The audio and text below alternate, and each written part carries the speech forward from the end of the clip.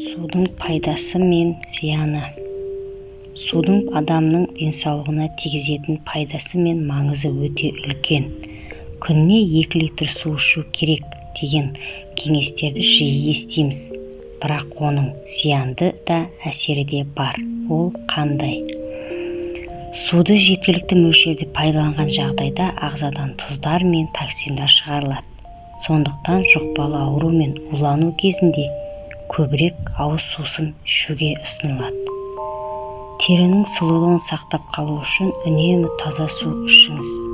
Өйткені сусыз тері құрғап, өз серпімділігін жоғалтып, әжімдердің пайда болуына әкеліп соғады.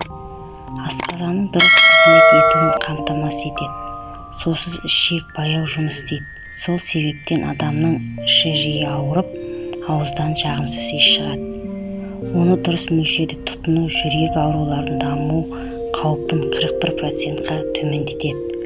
Адамның иммундық жүйкесіне пайдасы үлкен. Суды аз ішетін адамдар әртүрлі ауруларға бейім болады. Тамақтану алдында 5-10 минут бұрын су ішсеңіз, сіздің тәбетіңіз жоғалады. Бұл арықтауға көмектеседі. Ағзада судың аз болуы бастың ауруына әсер етеді. 2 стақан сұйықтық ішсеңіз, бастың ауруы басылады. Судың зияны. Ағзада судың мөлшері тым көп болса, ол жүрек және бүйрек жүктемені 2 есе артады. Аз мөлшерде су ішкен жағдайда бас ауыру, әлсіздік және зәр шығару кезінде қиындықтар туады. Тым ыстық шылдырып ішу асқазанда ойық жара немесе панкреатиттік басталуына әкелуі мүмкін. Суық суды ішу зиянды, өйткені ол асқазан мен ішек құрылысын салқындатып, біраз уақыттан кейін ауруларға әкелуі мүмкін. Ауа райы ыстық болғанның өзінде жылы сұйықтық ішуге кеңес беріледі. Адам күніне қанша литр су ішу керек?